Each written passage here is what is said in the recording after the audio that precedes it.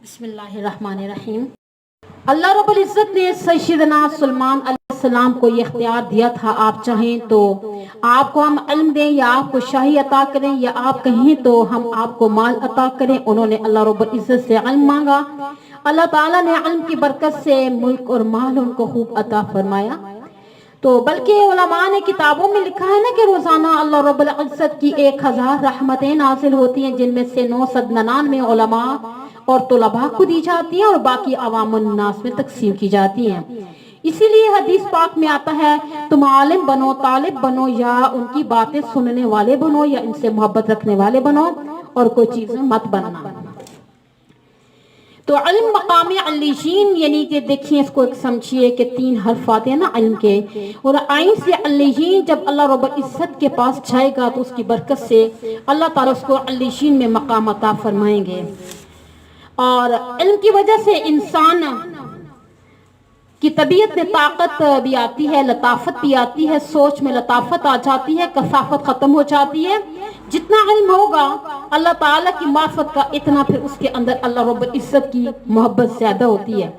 تو علم وہ ہے کہ جس سے انسان کے اندر لطافت پیدا ہو، اللہ تعالیٰ کی محبت پیدا ہو، جب وہ دنیا سے جائے تو اللہ تعالیٰ اس کو مقام علیین عطا فرمائے۔ میری دعا ہے اللہ تعالیٰ ہم سب کو مقام علیین عطا فرمائے۔ رب ارحمہما کما ربیانی صغیرا۔ ہمارے بھائیوں کو، ہمارے بھائی جو فوت ہو چکے ہیں ان کو بھی، اور ہماری بہنوں کو جو رشتہ دار فوت ہو چکے ہیں سب کو، اور آپ سب کو۔ ایک روایت میں آتا ہے نا، جب کوئی آدمی کسی عالم کو سہارا دیتا ہے، بیمار ہے، بڑھاپے کی کمزوری کی وجہ سے تھکے ہوئے ہیں، تو جب کوئی آدمی کسی عالم کو سہارا دیتا ہے تو اللہ رب العزت ہر قدم کے بدلے ایک غلام آزاد کرنے کا ثواب عطا فرماتے ہیں۔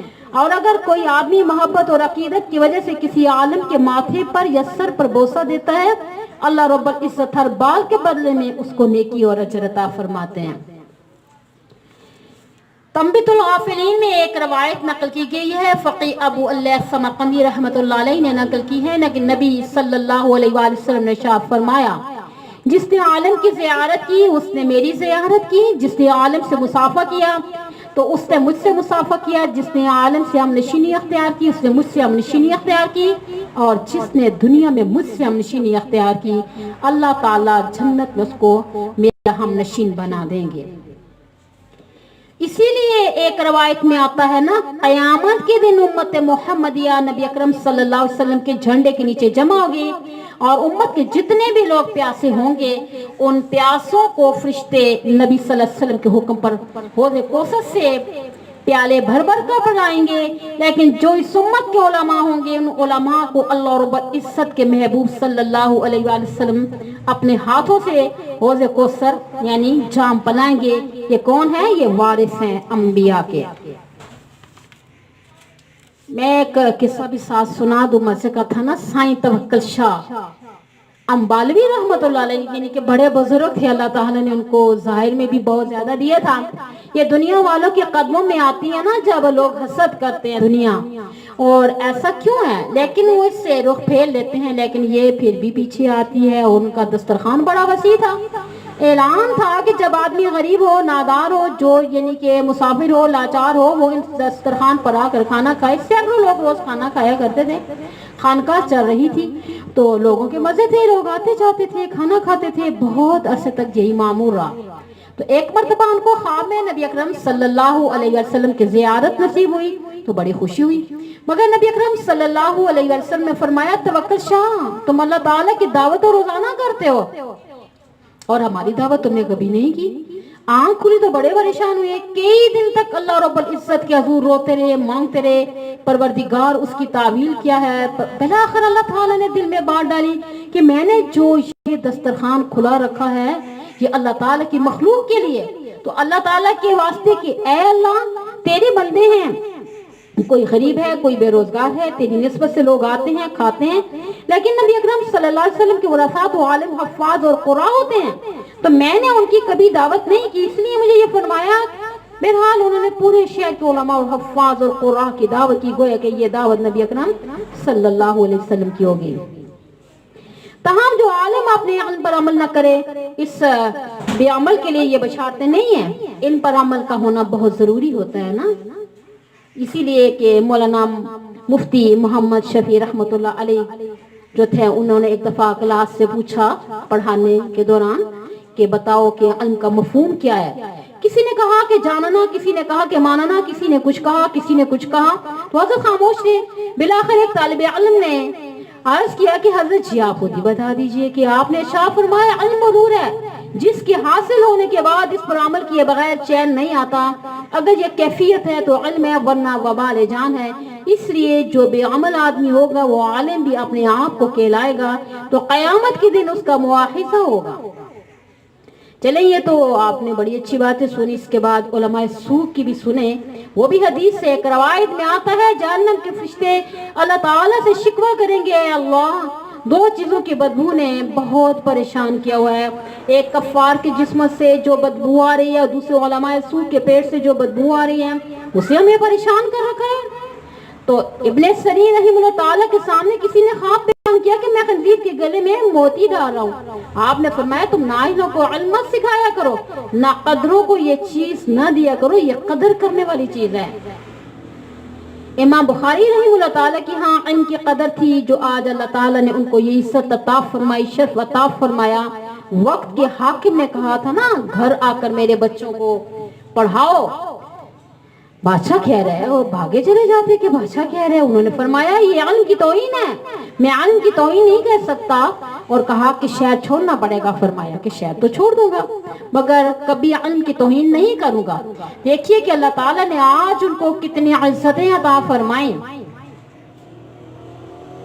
तो फुकहाए कराम ने मसला लिखा है, अगर आलिम और जाहिल दोनों एक वक्त में गिरफ्तार हो जाएं और एक आदमी को कुदरत ऐसा अख्तियार दे के वो दोनों में से एक को आजाद करवाए तो जाहिल को आजाद करवाए। इसलिए कि आलम के अंदर दीन की खातिर तकलीफ बर्दाश्त करने का ज्यादा मलका है, अल्लाह पर ज्यादा तवक्कल है। वो इन तकलीफ में भी रहेगा तो जबान से कोई ऐसी बात नहीं निकालेगा। हो सकता है कि जाहिली मुसीबतों की वजह से कुफर का कोई कलमा जबान से निकाल बैठे, तो जाहिल को निकलवा लो और आलिम को रहने दो। समझ आई। और दूसरा मसला यूं है कि अगर एक हमाम में या किसी जगह एक आलिम नहा रहा था और दूसरे हमाम में जाहिल नहा रहा था, किसी ने कपड़े चुरा लिए। अब दोनों के बदन में कपड़ा नहीं है और एक आदमी के पास एक ही कपड़ा है, तो फरमाया देने वाले को चाहिए कि वो आलिम के जिस्म को पहले ढांपे, इसलिए कि आलिम की निगाह शरीयत और सुन्नत की वजह से जाहिल के जिस्म पर नहीं पड़ेगी, लेकिन जाहिल की निगाह आलिम के जिस्म पर पड़ सकती है। तो इल्म के तकाज़े हैं, शरीयत तवक्को करती है इस बात की कि जब ये इल्म अता हो तो अब इस पर अमल भी होना चाहिए। कुरान मजीद में आयत है, इन्नमा यख्शल्लाहु मिन इबादिल उलमा। तो हारून रशीद उलमा का ना बड़ा कदरदान था। तो एक दफा उलमा भी बैठे थे और शफीक बरही रहमतुल्लाह अलैह ने ना हारून रशीद को एक नसीहत की। फरमाने लगे, देखो दरिया का पानी साफ होता है तो नहरों में साफ पानी आया करता है, जब दरियाओं का पानी गंदा होता है तो फिर नहरों में भी गंदा पानी आया करता है। इसी तरह उलमा के दिलों के अंदर अगर दीन की तड़प होगी तो अवाम के दिलों में भी यही चीज मुंतकिल होगी। अगर उलमा के दिलों में दुनिया बसेगी तो अवाम अन्नास से फिर किला करने का कोई फायदा तो नहीं होगा। इमाम मालिक से पूछा गया कि हजरत इस उम्मत को जब भी जवाल आया तो किस वजह से आएगा? फरमाया उलमा की वजह से। फिर पूछा हजरत इस उम्मत की ढोलती कश्ती को सहारा कौन देगा? तो फरमाया उलमा। उसने कहा हजरत जी क्या डूबेंगे भी उलमा और तहराएंगे भी उलमा? फरमाया जो उलमाए सू होंगे वो डूबने का सबब बनेंगे और जो उलमाए हक होंगे वो कश्ती के तैरने का सबब बन जाएंगे। इसीलिए बता रही हूँ कि आलिम वही है जो अपने इल्म पर अमल करता है, उसके यानी उस इल्म के जरिए इंसान को हक का रास्ता मिलता है। अल्लाह ताला ने कुरान पाक में फरमाया कि वमा यस्तविल अमा वल बसीर वला ज़ुलुमाति वला नूर। इमाम गुज़ाली फरमाते हैं ना, आमा से जाहिल मुराद है और बसीर से मुराद कौन है? आलिम। और इनसे किसी ने सवाल किया अगर ये मुराद ले वला ज़ुलुमात वला नूर में ज़ुलुमात का लफ्ज़ जो जमा का लाया गया वो नूर का लफ्ज़ एक लाया गया, उन्होंने फरमाया इसलिए कि गुमराही के रास्ते तो कई होते हैं और हक का रास्ता हमेशा एक हुआ करता है। इसी इल्म की वजह से अल्लाह रब्बुल इज्जत ने अंबिया अलैहिस्सलाम को शर्फ अता किया। देखिए सैयदना आदम अलैहिस्सलाम मस्जिदुल मलाइका बने, अल्लाह ताला ने उसको असमा का इल्म भी दिया और वअल्लमा आदम अल अस्मा कुल्लहा, यानी उनको अल्लाह ताला ने इल्मुल अस्मा इल्मुल अशिया दे दिया था, जिसकी वजह से उनको मस्जिदुल मलाइका भी बना दिया गया। तो ये फजीलत उनको किस लिए मिली? इनकी वजह से मिली थी ना। और हज़रत सुलेमान अलैहिस्सलाम को जो अल्लाह ताला ने मलका बिल्कीस के ऊपर गलबा अता किया था, तो उसकी बुनियाद क्या चीज बनी थी? उनको अल्लाह ताला ने परिंदों की बोली समझने का इल्म किया था, वो भी अदा किया। या अय्युहन्नासु उल्लिमना मंतिक़त तैर, दाऊद अलैहिस्सलाम को सुल्तानत क्यों मिली थी? इसलिए कि अल्लाह ताला ने उनको एक फन दे दिया था, वअल्लमनाहु सनअत लबूस, और हमने उनको अता कर दिया था ज़रा बनाने का इल्म। वो कड़ियों को एक तरतीब के साथ जोड़ते चले जाते थे। हज़रत यूसुफ अलैहिस्सलाम को जो जेल से निजात मिली थी वो उनके इल्म की वजह से थी। अल्लाह ताला ने उनको तावील रुया का इल्म दिया था, ये भी एक इल्म है। दो बंदों ने ख्वाब देखा था ना, उन्होंने तावील की थी और इनमें से एक उनकी रिहाई का सबब बन गया। अल्लमतनी मिन तावीलिल अहादीस, बल्कि एक गैर नबी वली एक नबी के उस्ताद बनने का शर्फ पा गए हज़रत खिज़र अलैहिस्सलाम की फजीलत, यानी इल्म शरीयत में नहीं बल्कि इल्म लदुनी यानी तकवीनी इल्म है। उस तरह नहीं है जिस तरह कि उनको हज़रत खिज़र अलैहिस्सलाम को यानी कि मूसा अलैहिस्सलाम तो उस तरह फजीलत नहीं है। एक होता है ना इल्म लदुनी यानी तकवीनी इल्म, कुछ तशरीई इल्म है जिनको हम शरीयत कहते हैं ना, और एक इस निज़ाम कायनात को चलाने के लिए अल्लाह ताला की सरकारी जमात होती है, यानी फरिश्तों की और बंदों की जो काम कर रही होती है, जैसे आप पढ़ी होती हैं इस तरीके से ना। इसलिए मकसूद सामने रहे, हम चाहे जाने या न जाने, एक वली को अल्लाह ताला ने एक नबी के उस्ताद होने का जो शर्फ अता किया था, तो वो वली कौन थे? हज़रत खिज़र अलैहिस्सलाम। हज़रत मूसा अलैहिस्सलाम को उनके पास भेजा गया, फवजद अब्दन मिन इबादिना आतैनाहु रहमतन मिन इंदिना व अल्लमनाहु मिन लदुन्ना इल्मा, अल्लाह ताला ने इल्म लदुनी अता किया था। एक रवायत में आता है ना कि रोज़ महशर अल्लाह ताला अपने महबूब सल्लल्लाहु अलैहि वसल्लम को फरमाएंगे, ऐ मेरे महबूब अपने उम्मत के उलमा को बुला लीजिए। तो नबी अकरम सल्लल्लाहु अलैहि वसल्लम यानी कि पूरी उम्मत को बुलाएंगे। तो जब पूरी उम्मत को बुलाएंगे तो अल्लाह रब्बुल इज्जत पूछेंगे कि ऐ मेरे महबूब, मैंने कहा था ना कि आप उलमा को बुलाएं और आपने पूरी उम्मत को बुला लिया। नबी अकरम सल्लल्लाहु अलैहि वसल्लम अर्ज करेंगे, ऐ अल्लाह, आपने मेरी उम्मत के हर फर्द के इल्म की गवाही खुद दी हुई है। पूछेंगे मेरे महबूब वो कैसे?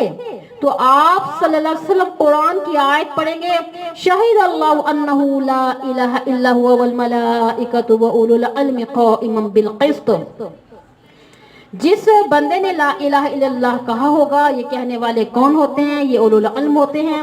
वो ला इलाहा इल्लल्लाह की बरकत से अल्लाह ताला अपने महबूब की पूरी उम्मत को उलमा में शामिल फरमा लेंगे। इसीलिए हजरत अक़दस थानवी ने फरमाया था ना कि आलिम का शैतान भी आलिम और मुफ्ती का शैतान भी मुफ्ती होता है। तो बड़ी ताबीरें सिखाता है, जाहिल गुनाह करेगा तो एहसास नदामत के साथ करेगा, लेकिन आलिम गुनाह करेगा तो किसी ताबीर के साथ करेगा, जिसकी वजह से फिर तौबा की तौफीक भी नसीब नहीं होती। तो इसीलिए जहाँ फजाइल बहुत होते हैं ना, तो वहाँ फिर एहतियात भी करनी पड़ती है बहुत। हीरे और मोती की कीमत बड़ी होती है, इसीलिए कितना एहतियात से रखते हैं, तो फिर भी उसको संभाल के रखते हैं। तो जहाँ फजाइल बड़े होते हैं ना, तो वहाँ पर तकाजे भी बड़े होते हैं। तो आलिम इंसान हासिल करे अमल की खातिर और अमल के साथ अदब भी अल्लाह रब्बुल इज्जत से मांगे, ये तीसरी बड़ी नेमत है। अगर किसी इंसान के अंदर इल्म की कमी होगी और वो अदब से पूरी हो जाएगी, मगर अदब की कमी इल्म की वजह से पूरी नहीं हुआ करती। अल्लाह ताला बेअदबी मुआफ नहीं फरमाते, बड़े खजूर हैं अदब का। अल्लाह ताला इतना लिहाज फरमाते हैं, इमाम रब्बानी मुजद्दिद अल-अफ़ग़ानी फरमाते हैं ना कि मैं बैठा हुआ अहादीस लिख रहा था, कलम नहीं चल रहा था, मैंने अपने हाथ के अंगूठे से उस कलम को जरा सा दुरुस्त किया तो स्याही लगी। इस साल में मुझे तकाजा महसूस हुआ कि बैतुल खला जाने का।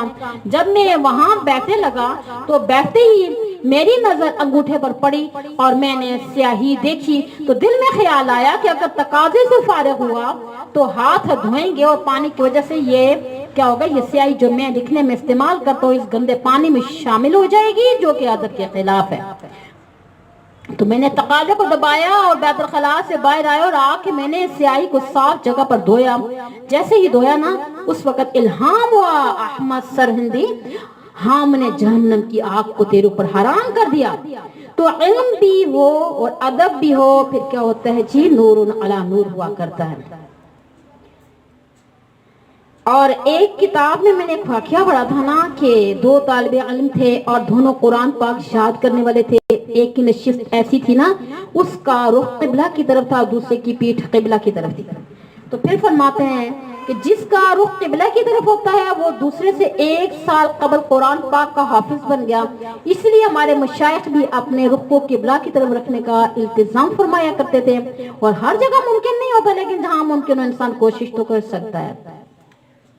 ایک اور مزے کی بات ہے نا کہ مفتی ہند حضرت مفتی کفایت اللہ صاحب ایک مرتبہ طلباء سے پوچھتے ہیں نا کہ بتاؤ کہ انور شاہ کشمیری کیسے بنے.